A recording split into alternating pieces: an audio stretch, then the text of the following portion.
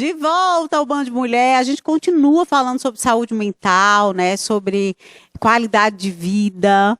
E a gente vai conversar agora com a Neida Fulsang. Tomara que eu esteja falando certo seu nome. Ela tem um filho autista e, por causa disso, decidiu se especializar no assunto. Hoje dá palestras, né? Alerta muitos pais, muitas mães sobre o tema. Boa tarde, Aneida. Boa tarde. Que bom te ter aqui, viu, falando sobre um assunto tão recorrente, com tantas dúvidas que os pais têm. Primeiro eu queria entender, quando foi que você descobriu que seu filho tinha autismo? Observando, eu comecei a observar a diferença dele com meu filho mais velho, né? A parte de repetitividade, ele também na parte da amamentação, foi onde tudo começou, que ele não olhava nos meus olhos quando eu amamentava, né, que é o lado que a criança, que o bebê mais interage com a mãe, é na hora da amamentação. Mas então, quantos anos ele tinha quando você teve o diagnóstico médico mesmo? O diagnóstico médico, 2 anos. Nossa, foi muito cedinho, hein? Isso começou com a intervenção ele tinha 18 meses, ele começou com a intervenção, porque a gente está nos Estados Unidos, tá? Sim. E aqui a intervenção, ele começa antes mesmo do diagnóstico. Nossa, que coisa boa. Ou seja, quanto antes você começa essa intervenção, melhor para a criança. Para estimular, né, a criança. Então ele começou a levantar aquelas bandeiras vermelhas, né, que a gente vê, que justamente são os sintomas do autismo, porque o autismo ele não é doença, então para o diagnóstico vir, ele vem com análise do comportamento. E na maioria das vezes, quando a criança passa por uma equipe multidisciplinar, antes de ir ao médico mesmo, ao neurologista, ao psiquiatra, que são eles que dão o diagnóstico, é bom ter toda uma avaliação comportamental. Perfeito. Tem muitos pais e mães que negam a doença, né? É muito comum isso. E aí, hein? Esse talvez seja o maior obstáculo para a criança? Exatamente, a inclusão, né? A inclusão começa na família, né? Se você não aceita, você não inclui.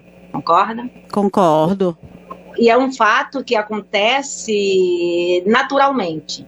Eu tive essa reclusão comigo mesma, né, até mesmo nas avaliações, de chamarem ele não olhar e eu dizer, não, ele está muito entretido, eu procurava resposta para as dificuldades dele. Justificativas, né? Exatamente, por não aceitar. Até para proteger, a gente acha que está protegendo, né? E na verdade a gente está prejudicando. Eu digo isso porque eu acompanho algumas pessoas que têm também filhos autistas e geralmente a história é a mesma, né? Você fica ali justificando, não, é porque ele é isso, não, porque é assim e tal, e depois vai ter que aceitar, e às vezes é tarde, é muito tarde, não é que é tarde demais, né? Mas é tarde para poder fazer a intervenção. Agora, Aneida, o autista ele tem muito problema em estar em lugares públicos, por causa do barulho, da movimentação das pessoas, né? Chegam a gritar, colocar a mão no ouvido. E você é especialista nesse assunto hoje. Existe alguma forma de diminuir esses problemas, digamos assim? Juliana, até para falar sobre isso, eu gostaria de falar para você que o autismo, ele tem uma dificuldade. Toda criança que tem autismo, indivíduo, ele tem transtorno no processamento sensorial. Então, é justamente nossos sentidos, né? São 8 sentidos que envolvem tudo isso, a audição, o paladar, a visão, né? E a textura, tudo isso envolve dentro do autismo. Então, lugares fechados, lugares desconhecidos, por si só, ele já abrange todos esses sentidos, no caso, parte visual, auditiva. O que é que acontece? Os nossos sentidos, ele envia a mensagem para o cérebro.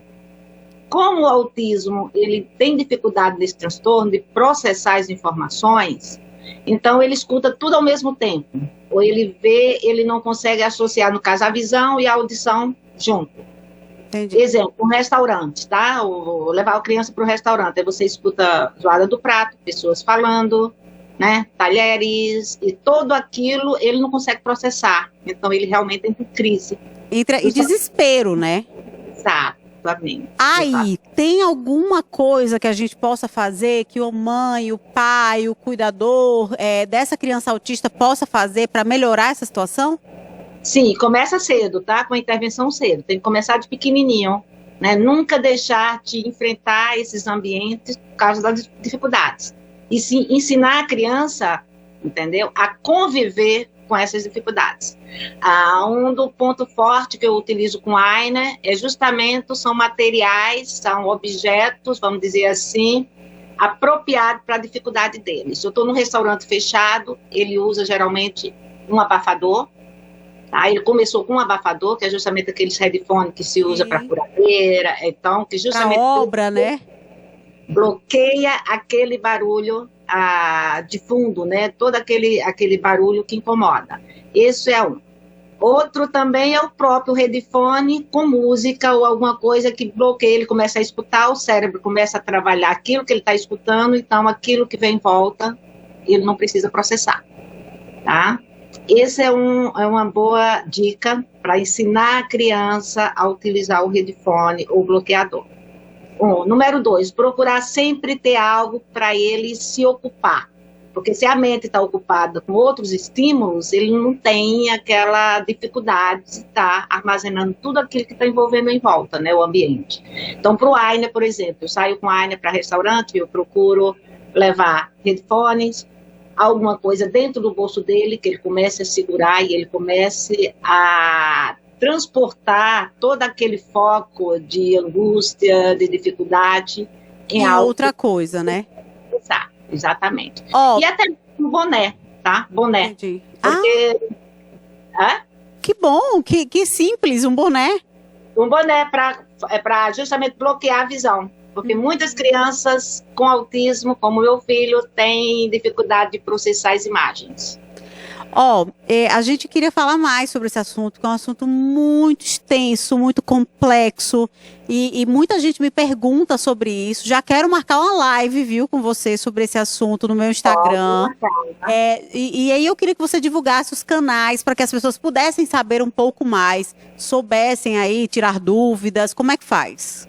Tá, meus canais, Facebook, Aina, a sua letra é JNER. Número 4, autismo inglês, autismo sem O.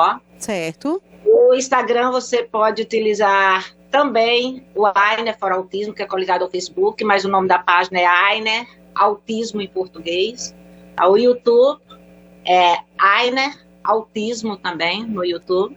E tem nosso livro, né, que é o primeiro livro que a gente editou em 2018, da série Autismo Aprendendo a Aprender com Aina, processamento sensorial. Neida, quero agradecer demais, a gente está com o tempo esgotadíssimo, mas muito obrigada.